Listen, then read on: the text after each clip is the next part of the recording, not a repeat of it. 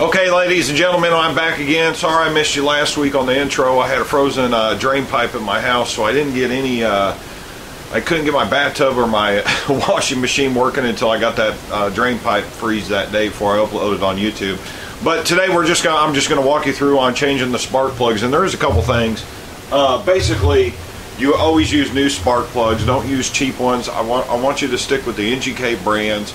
Don't go off with the other brands of spark plugs. These are Iridium tip spark plugs. They're actually kind of expensive, so you only want to have to do this once. And if you've never changed the spark plugs on your bike before, I want you to go through, and I'll actually put the links to the videos below on how to remove your airbox and actually how to change your air filter too, so that'll help you out down the road, because you really don't want to try to change these spark plugs through the front of the engine. It appears once you take the fairing off that you can actually remove the coils and the spark plugs through the side of the engine, but don't do that. Just remove the airbox completely. It's going to make it 10 times easier to do. First thing, you need new spark plugs, and actually when I'm done with the intro I want to show you the difference in the spark plugs and how to actually get them a little cheaper. So get new spark plugs. Make sure that your engine is completely cold when you do this. It's got an aluminum cylinder head. If you do this while it's hot, there is a higher chance of actually stripping the threads out of the engine and whatnot. That's why the engine needs to be cold and not warmed up. You're not changing oil, we're changing spark plugs here. And then make sure that you use antiseize on these. And these Iridium tip spark plugs, you do not gap.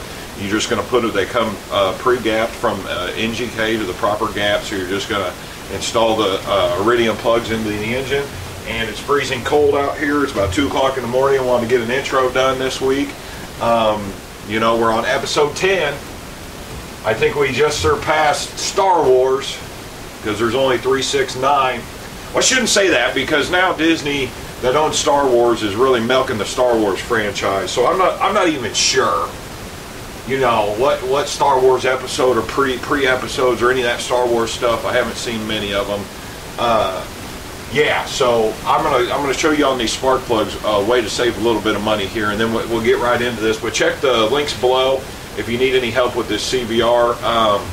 I think I've actually got about 8 videos. I'm not 100% sure how many more I'm going to have on this bike. This bike is essentially done, except for the dash light that's not coming on. I think I might have that figured out, and I have to set his suspension up for him, and then I can send this on down the road. But when it's negative 20 degrees and your pipes are freezing, you ain't gonna get on your motorcycle. So yeah, we're all done here. But we're not done. We're gonna go spark plugs. Okay, and what I want to show you here is a lot of people, when they shop for their bike, they don't really know what spark plugs to go and get, so they go right to the Honda dealer. And the Honda dealer plugs are always more expensive than the NGK, which would be the factory plug for Honda. All Honda does is they source these from NGK and put them in their box and rebrand them, just like Harley Davidson. Harley Davidson is really bad about it. They actually can hit triple their price when you go to the dealer for these spark plugs. But when you pull these spark plugs out of your engine, your number on these is IMR9A-9H.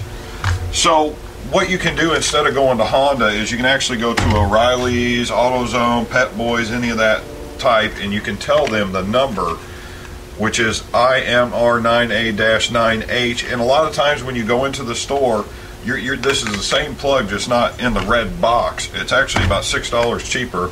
And this number on this box number, this is usually the number that you need now on these plugs. It just doesn't have to be for this Honda bike. It could be for any bike. NGK has a reference number of 6966. A lot of times the auto parts store can't find the plug if you give them the actual plug number, but you need this number off the bot. It's a 3 or 4 digit code on NGK, and if you can get the number for the box for that plug, then you can actually save some money. And I actually got these for around $10 a piece compared to $15 from Honda, so I actually saved them. You buy 4 of them and save them 20 bucks. But that's a little tip, and it doesn't just apply for this Honda. It applies to any project that you're working on, so you don't always have to buy the Honda brand to get the same plug. So yeah, let's get into this video.